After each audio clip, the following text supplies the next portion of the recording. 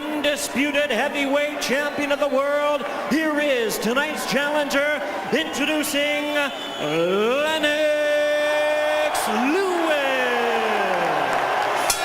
Heavyweight champion of the world, introducing the hard-hitting Hasim Rahman.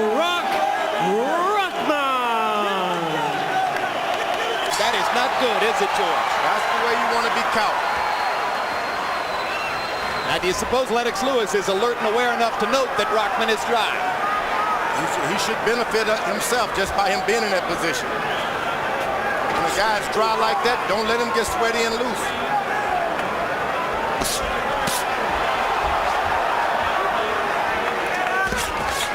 Rahman coming back with the jab, trying to get that weapon started just as he did in round one in Johannesburg. Lenoks has got to make certain that his back is always at least 3 feet away from those ropes. Give him time to be hit and move out of the way. Neither man has a good history with his back against the ropes.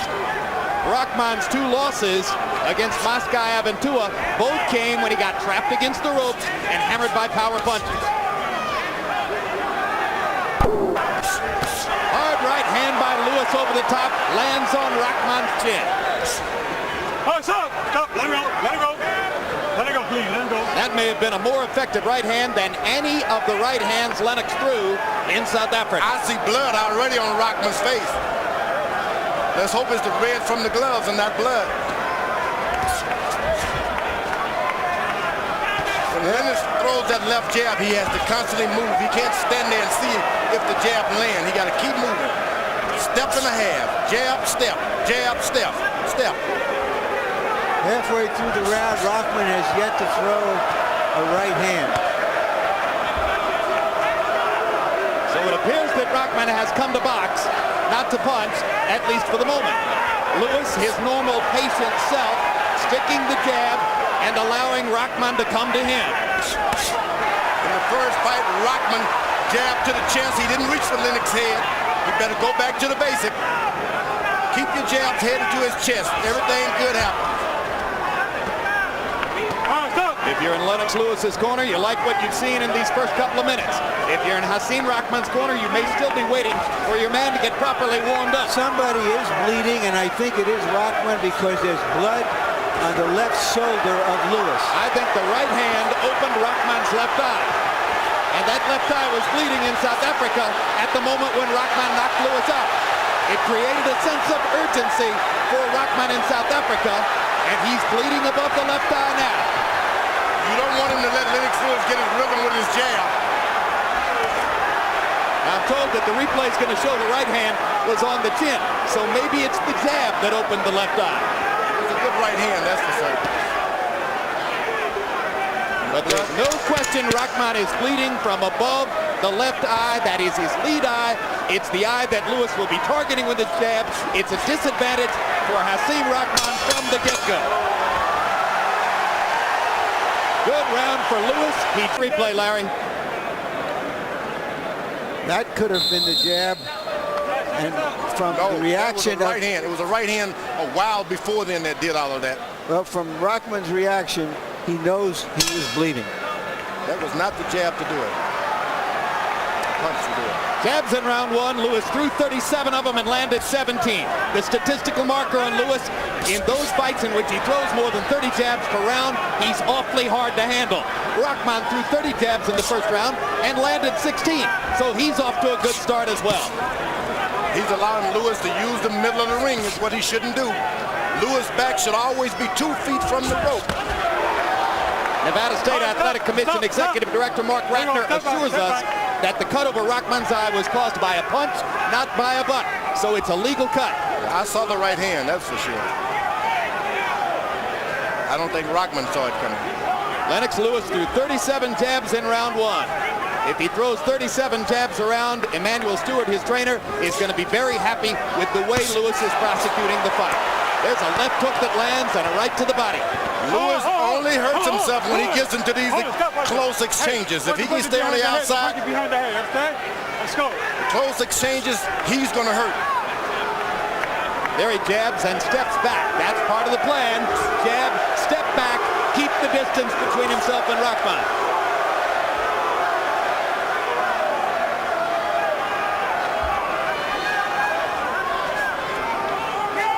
Now Luis is getting closer to the ropes. This is what Rahman should want now. Bring out. Make him keep his back on those ropes. And the same right hand is always there for you.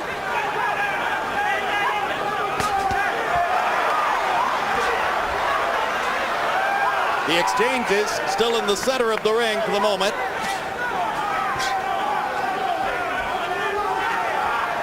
Luis trying to keep his jab upstairs. Now he throws to the body. A tactic that worked so well for Rahman in South Africa. Let it go.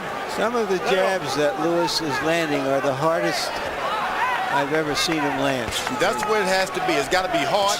It's got to puff you up so that you can make the man stay his dish. Yeah, there have been times when he's just been sort of painting his opponent and moving away at the same time. But he's throwing some hard left hands tonight.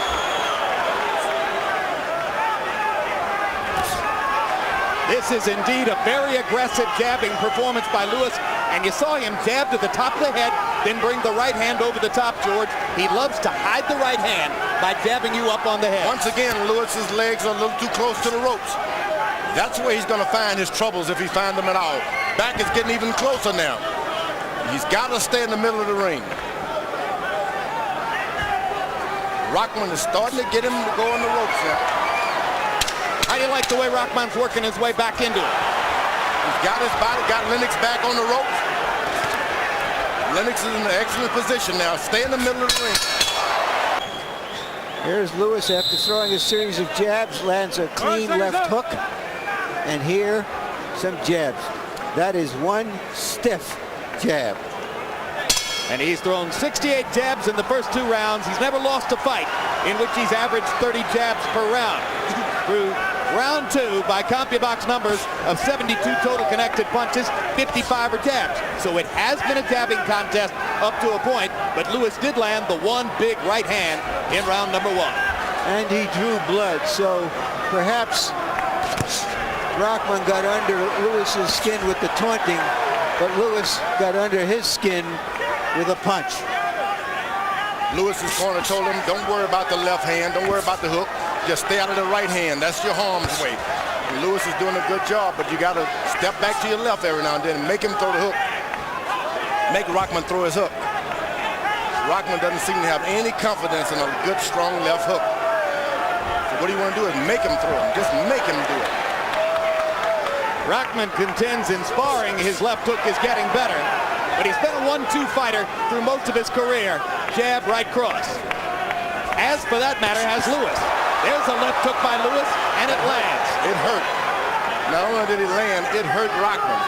Now you don't want to get too overconfident with a guy who's knocked you out. Keep the hurt on, keep the rounds coming. Rahman trying to pound to the body as he gets in close. Luis lands another stiff jab, and Rahman backs back out.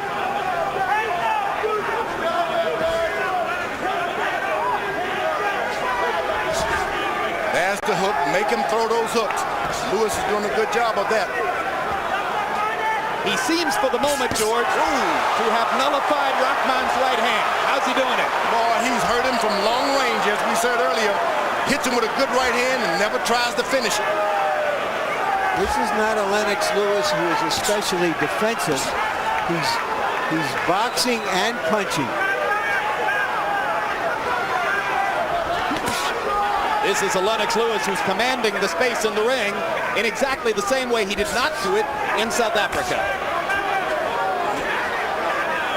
Rahman can still reel this fight in, but he's going to have to get Lenoks Luiz on those ropes. Make him, there you go. Make him believe out of that left hook. Rahman finally lands a left hook there. Lenoks' knees are trembling already because of a left hook. He's holding a little bit this time, Lenoks Luiz. That left hook rung his bell.